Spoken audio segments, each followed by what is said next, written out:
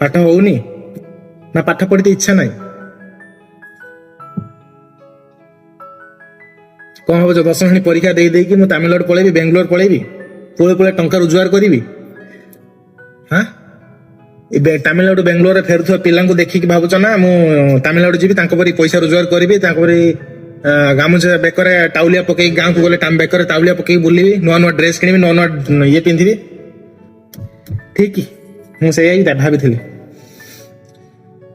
ପାଠଶାଠ କିଛି ପଢିଲିନି, 10 ଶ୍ରେଣୀ ପରୀକ୍ଷାରେ ଫେଲ୍ ହେଇଗଲି।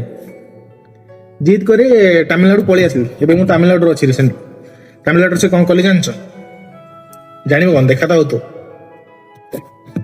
ଡ୍ରାଇଭିଂ କରୁଛି, ମାତ୍ର 12,000 ଟଙ୍କା ମାସକୁ ମୋର। ତା ଦେହର ରୁମ୍ ଖର୍ଚ୍ଚ, ଖାଇବା ଖର୍ଚ୍ଚ 5,000 ପଳେଇ ଯାଉଛି, ଆଉ ମାତ୍ର 7,000 ଟଙ୍କା ବଞ୍ଚୁଛି ମୋ ପାଖରେ। 7,000 ଟଙ୍କାରୁ ମୁଁ କେତେ ଘରକୁ ପଠେଇବି ଆଉ କେତେ ନିଜ ପାଇଁ ରଖିବି? ବୁଝୁଛ ତ?